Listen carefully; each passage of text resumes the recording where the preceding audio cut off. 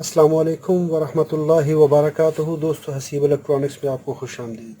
आज की वीडियो में हम 7 बिट बाइनरी काउंटर को स्टडी करेंगे और इसका तमाम जो वर्किंग प्रिंसिपल है, जो इसका काम करने का तरीकाकार है, ये किस तरीके से काम करता है, इसको हम इन डिटेल देखेंगे। ये बेसिकली एक CMOS IC है।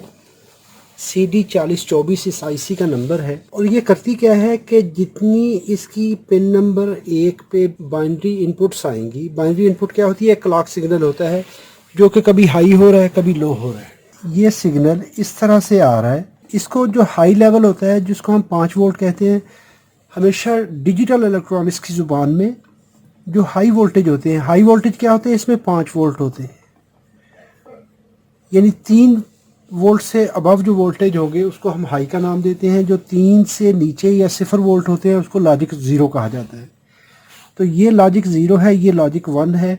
इस 1 का मतलब ये हरगिज़ नहीं होता कि ये 1 वोल्ट है। इसका मतलब ये होता है कि ये ऐसा वोल्टेज का लेवल है जो कि इस IC को समझ आता है। ये IC क्या है कि इसको डिजिटल इनपुट चाहिए, इसको 3 वोल्ट से ऊपर चाहिए तो ये कहेगी लॉजिक 1 है, क्योंकि इसको कंप्यूटर की कैलकुलेशन में इस्तेमाल किया जाता है। इस पर अभी ये पहली पल्स आएगी तो ये पहली पल्स को आगे काउंट कर देगा। अभी जो डिजिटल इलेक्ट्रॉनिक्स में काउंटिंग होती है वो 1 2 3 4 5 6 के हिसाब से नहीं होती। उसकी एक अपनी लैंग्वेज है जिसको बाइनरी लैंग्वेज कहा जाता है। उसमें 2 ही लफ्ज़ इस्तेमाल होते हैं, या 0 होता है या 1 होता है। हमारी जो आम गिनती है, हम 10 तक गिनते हैं। 0 1 2 3 4 5 6 7 8 9 10। जो 10 होता है वो 1 और 1 के साथ 0 मिलाते हैं तो हमारा 10 हो जाता है, यानी 0 से लेकर 9 तक हमारी गिनती है। इसके बाद हम कम्बिनेशन बनाते जाते हैं। 1 के साथ 0 मिलाया तो 10 हो गया, 1 के साथ 1 मिलाएंगे 11 हो जाएगा, 12 13 14। जब 19 पे पहुंचेंगे तो फिर वहाँ पे गिनती हमारी फिर ख़त्म हो जाती है। फिर हम 1 को 2 बना लेते हैं और फिर आगे 0 मिलाते हैं तो 20 हो जाता है। फिर इसी तरह 30 40, इस तरह हमारी गिनती आगे बढ़ती जाती है। बिल्कुल उसी तरह यहाँ पर जैसे हमने कहा था कि वहाँ पे हम 0 से 9 तक लफ्ज़ इस्तेमाल कर रहे हैं, तो यहाँ पे टोटली 2 ही लफ्ज़ हैं इलेक्ट्रॉनिक्स में, डिजिटल इलेक्ट्रॉनिक्स में। या ये कहेगा वोल्टेज हैं या नहीं है, या ये LED ऑन है या नहीं है। तो इस लैंग्वेज को समझने के लिए यहाँ पे एक बाइनरी लैंग्वेज इस्तेमाल होती है। तो इसमें जितनी आउटपुट होती हैं वो लिख दी जाती हैं। यहाँ पर 7 आउटपुट है इसकी, 1 2 3 4 5 6 और 7। तो ये 7 आउटपुट्स को यहाँ पे लिख दिया और यहाँ पर इसकी इनपुट लिख दी। इस तरह लिखने से हम IC के फंक्शन को बता सकते हैं कि जी ये IC क्या काम कर रही है। अभी देखिए, अगर हम सबसे पहली जो आउटपुट है, जो पहला आउटपुट का सेट है, जब कोई इनपुट नहीं है तो सारी आउटपुट 0 0 हैं। जब 1 होगी तो पहली आउटपुट 1 हो जाएगी, बाकी सारी 0 रहेंगी। हम कहेंगे जी इसने 1 काउंट कर लिया है। तो जब दूसरी पल्स आएगी तो उसको 2 नहीं काउंट करेगा, ये कहेगा 1 और 0, क्योंकि इसमें 2 का डिजिट ही नहीं होता। इसके बाद जब तीसरी पल्स आएगी तो 1 के बाद 1 0 के बाद 1 1 कर देगा, तो ये कहेगा ये नंबर 3 हो गया। अब ये देखिए, पहली पल्स आई, इसके बाद ये 2 हो गई, 1 1 3 हो गई, 1 0 0 हो जाएगा तो 4 हो गया, 5 6।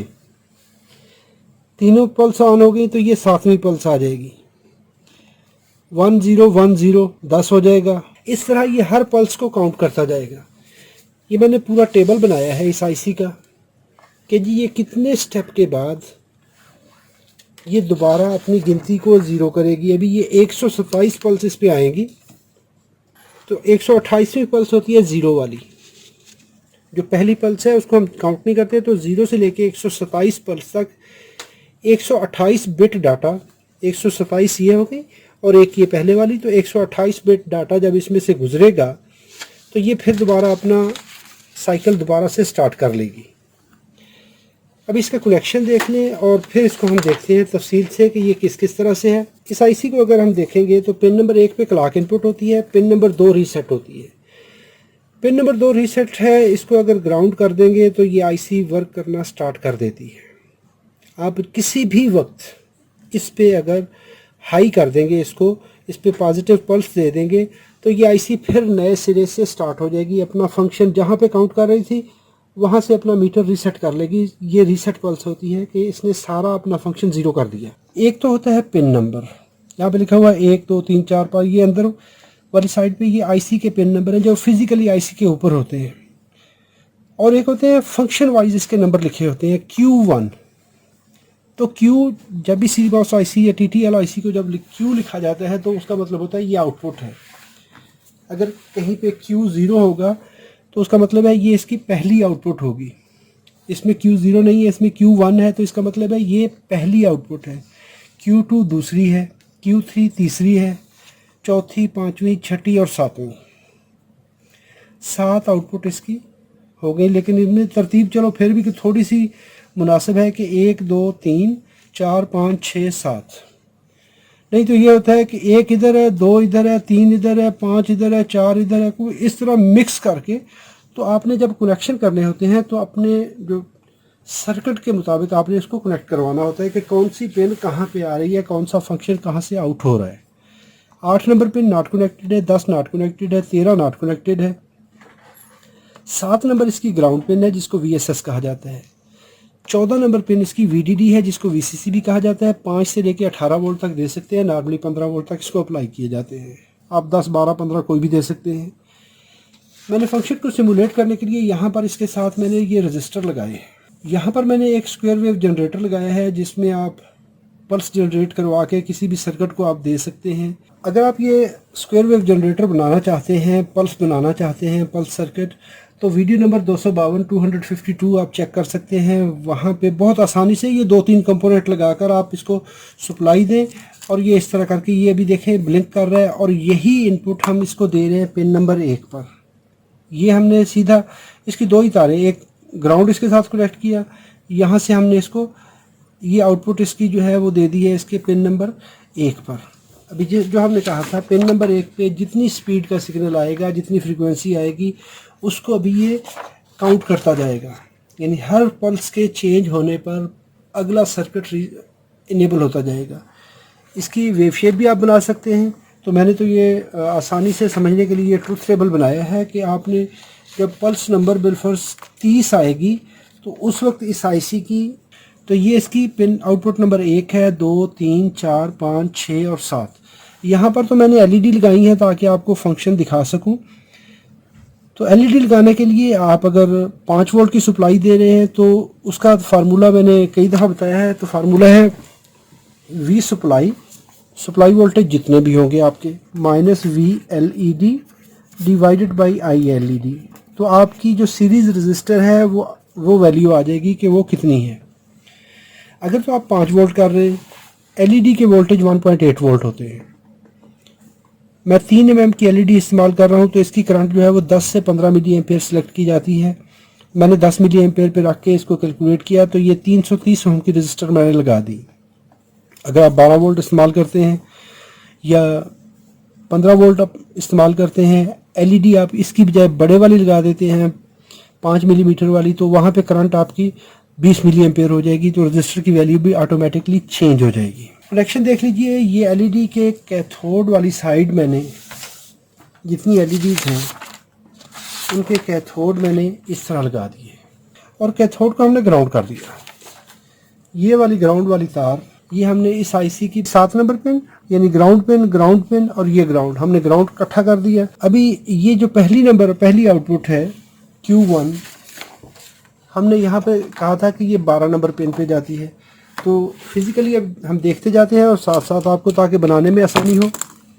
तो पहली आउटपुट जो है, पहली जो इसकी आउटपुट है हम देखें तो ये कट है, कट से नीचे 1 नंबर पिन होती है, 2 3 4 और ये 7 नंबर, यहाँ पे 8 नंबर और यहाँ पे आखिरी जो है ये 16 नंबर होती है। यानी कट के नीचे 1 और कट के ऊपर वाली साइड पे आखिरी पिन होती है। पहला नंबर ऐसे चलेंगे और आखिर पे चले जाएंगे। ये अभी 12 नंबर पिन पे चली गई और ये वाली LED जो 2 नंबर LED है ये पिन नंबर 11 पे चली गई। तीसरी LED पिन नंबर 9 पे चली गई। 10 और 8 को हमने कनेक्ट नहीं किया क्योंकि इसका कनेक्शन नहीं होता। इसके बाद ये ग्रीन LED है तो ये पिन नंबर 6 पे है क्योंकि ये 4 नंबर आउटपुट है। 1 2 3 और यहाँ पर ये 4 नंबर आउटपुट है। 5 और 6 7। यानी इस तरीके से आप तरतीब से इसको लगा दें। ये ग्रीन हमने यहाँ पे लगा दी, इसके बाद ये ऑरेंज वाली तार है तो ये यहाँ पे आ गई, इसके बाद ब्लू है और आखिर पे ये रेड है। तो पिन नंबर 2 को हमने यहाँ पर ग्राउंड कर दिया। आप चाहे तो किसी भी एक्सटर्नल सिग्नल से भी इसको रीसेट करवा सकते हैं, या अगर आपने मैनुअल रीसेट करना है आप वहाँ से भी रीसेट कर सकते हैं। तो अभी ये देखें, इसकी मैं स्पीड बढ़ाता हूँ। जितनी आप स्पीड बढ़ाते जाएंगे उस हिसाब से ये अपनी स्पीड को, ट्रांसफ़र रेट जो है, काउंटिंग का रेट जो है, गिनती का रेट जो है वो इसका बढ़ जाएगा। ये तो हम इसको लो फ्रिक्वेंसी पे कैलकुलेट करते हैं। आप मुख्तलिफ़ किस्म के प्रोजेक्ट्स के अंदर के इसको इस्तेमाल कर सकते हैं। यहाँ पर इसकी काउंटिंग हो रही है, ये काउंटिंग करते हुए हर नंबर को आगे ट्रांसफ़र करती जा रही है। जब 128 पल्सेस पूरी हो जाएंगी उसके बाद ये देखें नए सिरे से शुरू हो गई। अभी देखें जब अभी ये रीसेट होने लगी, ये रीसेट होगी, अभी फिर नए सिरे से ये स्टार्ट कर गई। तो इस तरीके से इसका सर्कल जो है वो ऑटोमेटिकली रीबूट होता रहेगा, चलता रहेगा। इसको आप किसी भी ट्रांजिस्टर की गेट को, ट्रांजिस्टर के बेस को, मॉसफेट के गेट को ड्राइव दे के मुख्तलिफ़ किस्म के LED के प्रोजेक्ट, लाइटिंग प्रोजेक्ट आप आसानी से बना सकते हैं। इससे पिछली वीडियो में हमने 40-17 की बात की थी, तो उसमें 10 का डिकेड काउंटर होता है। वो एक LED ऑन होती है, बाकी सारी ऑफ रहती हैं। फिर ये LED आगे चली जाती है, बाकी सारी ऑफ, यानी उसमें एक LED मूव करती है, एक लाइट मूव करती रहती है, बाकी ऑफ रहती हैं। लेकिन इसमें काउंटिंग वाला फंक्शन हो रहा होता है, 1 0 1 0 1 0 1 1 1 0, इस तरह करके 1 1 1, ये निज़ाम इसका चल रहा होता है। ये काउंटिंग इस तरह कर रही होती है। तो आप इस तरीके से इसको मुख्तलिफ प्रोजेक्ट्स के अंदर इस्तेमाल कर सकते हैं। बेसिकली ये डिजिटल इलेक्ट्रॉनिक्स के अंदर जहाँ पे हमने टाइम काउंट करना होता है वहाँ पे इसको इस्तेमाल किया जाता है। आप मुख्तलिफ किस्म के डिले टाइमर इससे बना सकते हैं। तो दोस्तों उम्मीद करता हूँ ये वीडियो आपके लिए मालूमाती है। अगर मालूमाती है तो इसको लाइक कर लीजिए। अगर आपका कोई सवाल हो तो कॉमेंट बॉक्स में लिखिए। अपना बहुत सारा ख्याल रखिएगा। अल्लाह रब्बुल इज़्ज़त आप सबको अपनी हिफाजत में रखे। अस्सलामु अलैकुम व रहमतुल्लाहि व बरकातुहू।